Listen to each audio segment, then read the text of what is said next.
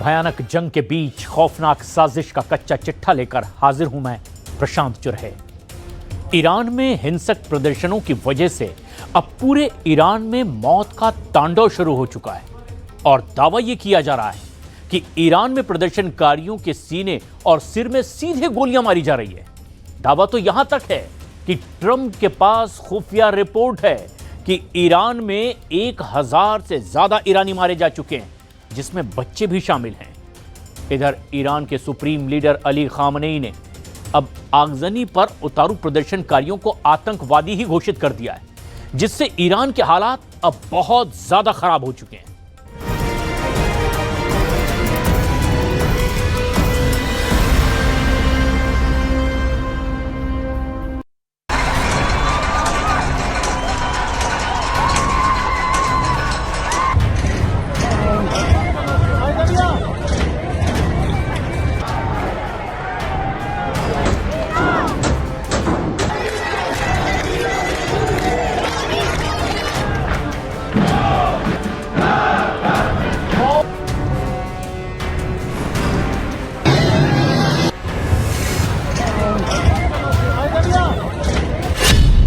Khamenei ने मार दिए 1000, ट्रंप के पास खुफिया रिपोर्ट।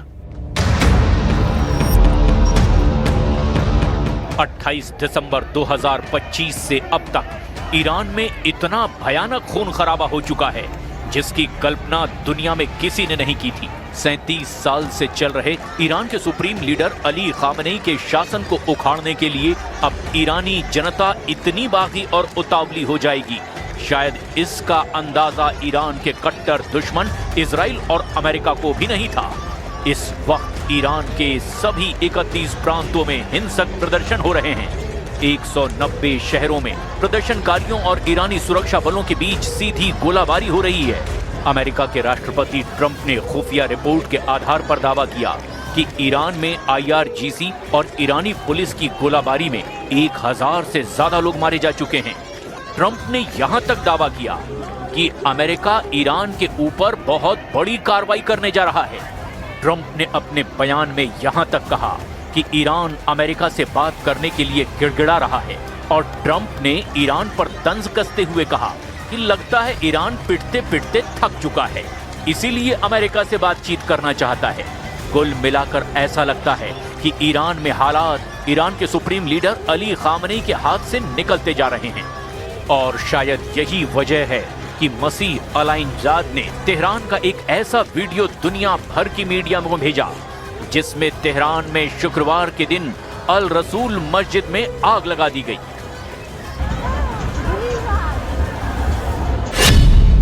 ईरान ने पार की रेड लाइन, 15 दिन में शहर शहर कब्रिस्तान।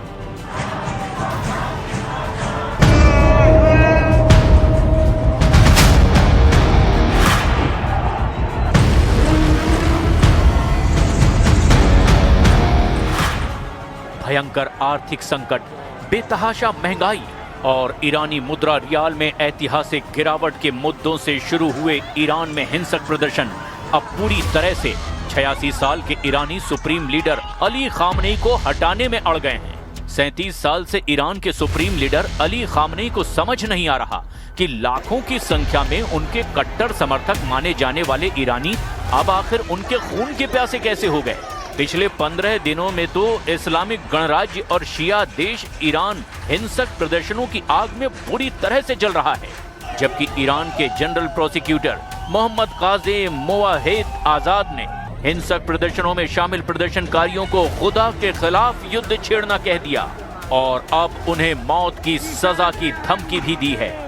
सुप्रीम लीडर अली खामनेई ने भी हिंसक प्रदर्शनकारियों को विदेशी एजेंट और आतंकवादी तक घोषित कर दिया है और यही वजह है कि अब खुलेआम सड़कों पर सादी वर्दी में IRGC के सुरक्षा बल प्रदर्शनकारियों को सीधे गोलियां मार रहे हैं। पश्चिमी मीडिया और कुछ स्वतंत्र मीडिया समूह और मानवाधिकार संगठनों ने कुछ चौंकाने वाले वीडियो और आंकड़े भी दुनिया के सामने रखे हैं, जिन्हें देखकर सभी के होश उड़ गए हैं।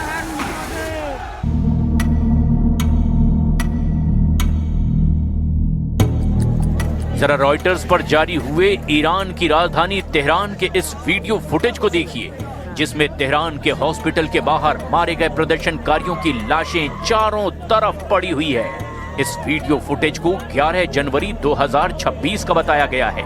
ईरान भर में फैल रहे घातक सरकार विरोधी प्रदर्शनों के बीच अब तेहरान के कहरीकाज फोरेंसिक मेडिकल सेंटर के बाहर शवों की पहचान करने के लिए परिजनों को इकट्ठा होते भी देखा जा सकता है। इमारतों, सड़क के लेआउट और अंदरूनी हिस्सों की तस्वीरों के क्षेत्र की फाइल और सैटेलाइट तस्वीरों से मैच कराने पर साफ पता चलता है कि ये तेहरान के कहरीजाद फोरेंसिक मेडिकल सेंटर की तस्वीरें हैं, जहां काले बैग में मारे गए ईरानी प्रदर्शनकारियों की लाशों का अस्पताल के बाहर अंबार लगा हुआ है।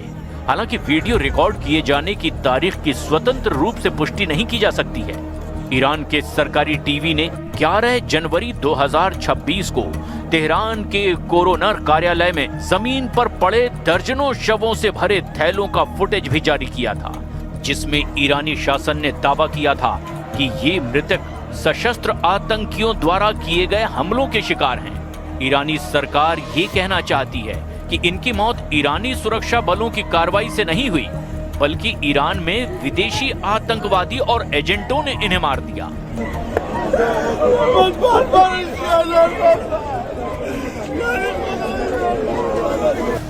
अमेरिका स्थित मानवाधिकार समूह HRANA यानी human rights activist news agency और दूसरे प्रमुख संगठनों ने अब तक के 544 लोगों की मौत की पुष्टि की है, जिसमें 8 बच्चे भी शामिल हैं।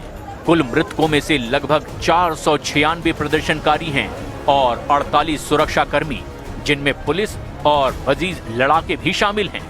रॉयटर्स और centre for human rights in Iran यानी CHRI का दावा है कि वास्तविक मौत का आंकड़ा तो 1000 को भी पार कर सकता है। इसका कारण ये है कि कई अस्पतालों और मुर्दा घरों से जानकारी बाहर नहीं आ पा रही है और सरकार ने इंटरनेट ब्लैकआउट कर दिया है। इधर अमेरिकी राष्ट्रपति ट्रंप ने कहा कि उनके पास ऐसी खबरें हैं कि ईरान में सैकड़ों, शायद 1000 से भी ज्यादा लोग मारे जा चुके हैं। उन्होंने इसे खौफनाक बताया है। कुछ रिपोर्ट में यह भी दावा किया गया कि ईरान में अब तक लगभग 10,681 से ज्यादा लोगों को हिरासत में लिया जा चुका है और शायद ये आंकड़ा कुछ ही घंटों में 11,000 पार कर सकता है। ऐसी खबरें हैं कि ईरान में हिरासत में लिए गए ईरानी छात्र, पत्रकार, कार्यकर्ता और आम नागरिक भी इसमें शामिल हैं। कई लोगों पर खुदा के खिलाफ युद्ध छेड़ने के आरोप लगाकर उन्हें मौत की सजा दी जा सकती है। रिपोर्ट्स के मुताबिक 8 जनवरी 2026 के बाद से सुरक्षा बलों ने भीड़ नियंत्रण की बजाय सीधे प्रदर्शनकारियों के सिर और छाती को निशाना बनाकर गोलियां चलाई है। ईरान में प्रदर्शनकारियों ने शुक्रवार को तेहरान में अल रसूल मस्जिद में आग लगा दी, जिससे हालात बेकाबू हो गए। इधर अमेरिकी राष्ट्रपति ट्रंप ने ईरान में चल रहे प्रदर्शनों के खिलाफ ईरानी सरकार की दमन कार्रवाई पर तीखा हमला किया है। कहा है कि मौतों का आंकड़ा देखकर ऐसा लगता है कि ईरान रेड लाइन पार कर चुका है। साथ ही ट्रंप ने यह भी कहा कि ईरान अमेरिका से बातचीत करने के लिए गिड़गिड़ा रहा है। पत्रकारों से बातचीत करते हुए ट्रंप ने कहा कि ईरान बातचीत करना चाहता है। ऐसा लगता है कि ईरान अमेरिका से पिटते पिटते थक चुका है। There seem to be some people killed that aren't supposed to be killed. These are violent. If you call them leaders, I don't know if they're leaders or just they rule through violence. But we're looking at it very seriously. The military is looking at it, and we're looking at some very strong options. We'll make a determination. Now we have a number of 490 confirmed protester deaths. That includes 8 children. And we are still right now investigating over 500 additional cases. So that means that should we confirm all of these numbers, the number of those killed will exceed 1,000. दूसरी तरफ Iran के राष्ट्रपति मसूद पजेश्कियन ने एक television को बयान देते हुए अमेरिका और इजराइल पर जमकर गुस्सा निकाला है। बयान देते हुए उन्होंने दो टूक कह दिया कि प्रदर्शनकारियों के पीछे इजराइल और अमेरिका है। उन्होंने ईरान की मौजूदा स्थिति को लेकर कहा कि कुछ विदेशी लोगों ने राइफलों और मशीन गनों से लोगों की हत्याएं की है और इमारतों को आग के हवाले किया है। पजेश्कियन ने कहा कि अमेरिका और इजराइल दंगाइयों को हिंसा के लिए उकसा रहे हैं। अब देखना यह होगा कि अगले बस 24 से 48 घंटे के भीतर ही इजराइल और अमेरिका ईरान को लेकर क्या बड़े फैसले करते हैं।